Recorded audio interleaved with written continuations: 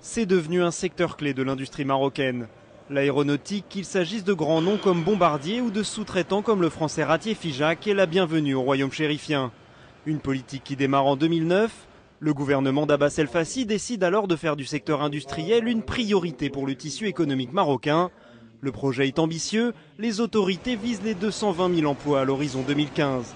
7 métiers sont privilégiés, parmi eux l'électronique, l'automobile, le textile mais aussi l'aéronautique. Une politique volontariste est mise en place, incitation fiscale, facilité d'installation, mais aussi formation d'ingénieurs et de cadres.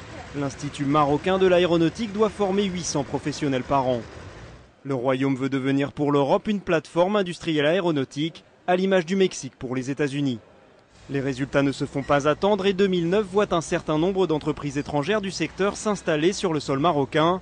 Auvergne Aéronautique, Aircel, Zodiac. Pour 90% d'entre eux, les nouveaux arrivants sont des groupes français qui délocalisent leur production de l'autre côté de la Méditerranée.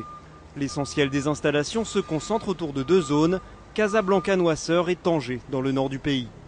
Un mouvement qui s'est continué depuis, l'industrie aéronautique croît désormais de 15 à 20% chaque année, attirant les plus grands noms du secteur. Dernièrement, c'est l'arrivée de Bombardier au mois de septembre qui a fait l'actualité de l'industrie marocaine. Mais le Maroc compte encore augmenter son attractivité. Rabat a annoncé il y a quelques semaines la création d'une nouvelle zone franche, spécialement dédiée aux PME et à l'aéronautique. Dénommée Mid-Park, elle s'étendra sur 124 hectares dans la proche banlieue de Casablanca et s'ouvrira à la mi-2013. Mais le nom de son premier résident est déjà connu puisqu'il s'agit justement de Bombardier. Le Canadien investira 200 millions de dollars dans son usine qui s'étalera sur pas moins de 10 hectares.